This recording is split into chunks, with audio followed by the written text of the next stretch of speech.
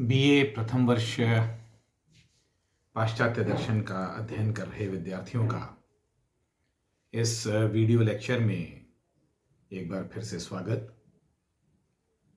विद्यार्थी, आपको मैं आज का वीडियो शुरू करूं उससे पहले मुझे लगता है कि एक बार मेरा संक्षिप्त परिचय आपसे मैं बीच में फिर से करवा दूं। मैं डॉक्टर दीपक श्रीवास्तव, एसोसिएट प्रोफेसर दर्शन शास्त्र, एक से अधिक महाविद्यालय के विद्यार्थियों से निरंतर संपर्क में हूं और वीडियो कक्षाओं के माध्यम से मैं आपसे निरंतर जुड़ा हुआ हूं।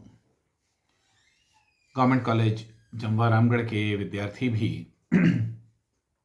इन कक्षाओं से लाभान्वित हों और बाबू शोभाराम राजकीय कला महाविद्यालय अलवर के विद्यार्थियों से मैं निरंतर संवाद में पहले से जुड़ा हुआ हूं। आप दोनों ही महाविद्यालयों के विद्यार्थी इन लेक्चर्स से लाभान्वित होंगे, ऐसा मुझे विश्वास है। हमने अब तक की कक्षा में अरस्तू के विषय में काफी अध्ययन किया है।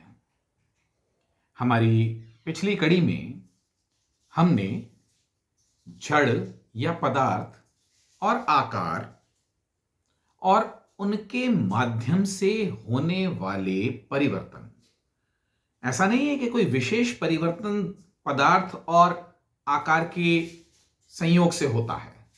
समस्त परिवर्तन का आधार और कारण पदार्थ या जिसको हम जड़ कहते हैं वह और उसका नित नए आकारों को प्राप्त करते रहना है।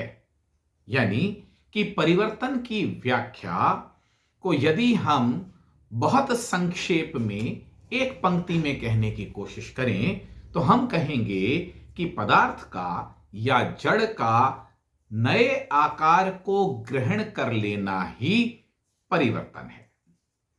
हमने यह भी देखा कि ना तो पदार्थ का उदय होता है और ना ही आकार नए आते हैं। पदार्थ भी सदैव रहने वाली सत्ता है और आकार भी सदैव विद्यमान रहने वाली सत्ताएं हैं। किंतु जब पदार्थ आकार को बदल लेता है, एक आकार को छोड़ करके दूसरे आकार को ग्रहण करता है, तो हमें वस्तु परिवर्तित होती हुई नजर आती है। और केवल नजर नहीं आती है, यह परिवर्तन एक वास्तविक परिवर्तन होता है। हम पिछली कुछ बातों को बहुत संक्षेप में दोहरा सकते हैं। Individual substances are unity of matter and form. जो विशिष्ट वस्तुएं हैं वह समस्त वस्तुएं, जितनी भी वस्तुएं हैं, और प्रत्येक वस्तु अपने आप में एक विशिष्ट वस्तु है, जितनी भी वस्तुएं हैं वह जड़ और आकार, पदार्थ और आकार के संयोग का, मिश्रित अवस्था का परिणाम है। Neither form nor matter arises nor it disappears. ना तो पदार्थ का ही उदय होता है और ना ही नई फॉर्म्स या नए आकार अस्तित्व में आते हैं। समस्त पदार्थ और समस्त आकार, जितने भी आकार हैं, वह शाश्वत सत्ताएं हैं। उनका उदय और क्षरण नहीं होता है। The essential unity is shared by all things of same type. एक ही प्रकार की समस्त वस्तुएं अपने सार को साझा करती हैं। जैसे अनेक प्रकार की मेजें, चाहे वो कांच की मेज हो, चाहे वो लकड़ी की मेज हो, चाहे वो प्लास्टिक की मेज हो, चाहे वो 6 पायों की मेज हो, चाहे वो 3 पायों की मेज हो, चाहे वो 4 पायों की मेज हो, समस्त मेजें मेजत्व का समान रूप से एक सार सभी मेजों में मौजूद रहता है। हमने मेज के एग्जाम्पल से समझा, हम किसी भी, है ना, वृक्ष के एग्जाम्पल से समझ सकते हैं, मनुष्य के एग्जाम्पल से समझ सकते हैं। सभी मनुष्य विशिष्ट मनुष्य होते हैं, किंतु सभी मनुष्यों का सार, मनुष्यत्व सभी मनुष्यों में समान रूप से विद्यमान रहता है। Matter on the other hand confers individuality and uniqueness. जड़ वस्तुओं में विशिष्टता का और विभिन्नता का कारण होता है।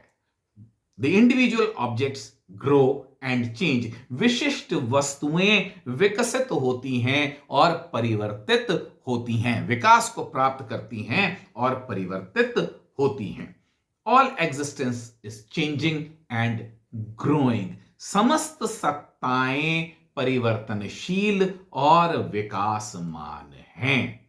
पूरी सृष्टि, कोई ऐसी चीज नहीं है जो बदल नहीं रही है।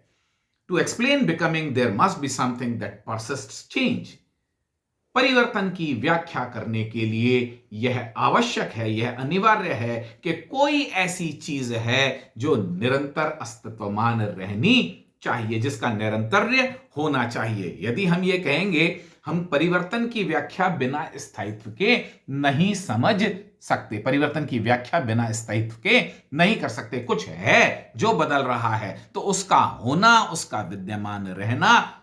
मान लीजिए हम ये कहें कि एक रमेश नाम का व्यक्ति है, उसको हमने बालक के रूप में देखा, फिर हमने उसको किशोर के रूप में देखा, फिर हमने उसको युवा के रूप में देखा और फिर हमने उसको प्रौढ़ के रूप में देखा।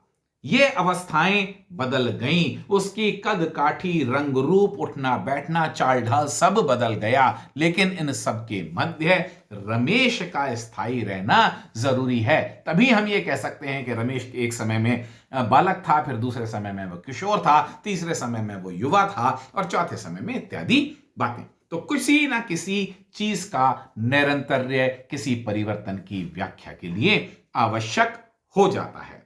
Matter remains the same, so does the form. Matter acquires different forms progressively. पदार्थ वही रहता है और जैसा मैंने पहले बताया, अरस्तु के अनुसार आकार भी वही रहते हैं। पदार्थ अपने आप में नहीं बदलता, आकार भी अपने आप में नहीं बदलते, लेकिन जो पदार्थ है वो एक आकार को छोड़ करके दूसरा, दूसरे को छोड़ करके तीसरा, तीसरे को छोड़ करके चौथा, निरंतर क्रमानुगत तरीके से नए आकारों को प्राप्त करता रहता है। और इसी प्रकार से एक ही पदार्थ का, समान पदार्थ का विभिन्न आकारों को निरंतर क्रमानुगत रूप से प्राप्त करते जाना ही परिवर्तन और विकास की व्याख्या करता है। इतनी बात हम अरस्तु की अब तक समझ सके हैं। आज की कक्षा में हमने इसके बारे में कुछ और ज्यादा विस्तार से चर्चा की।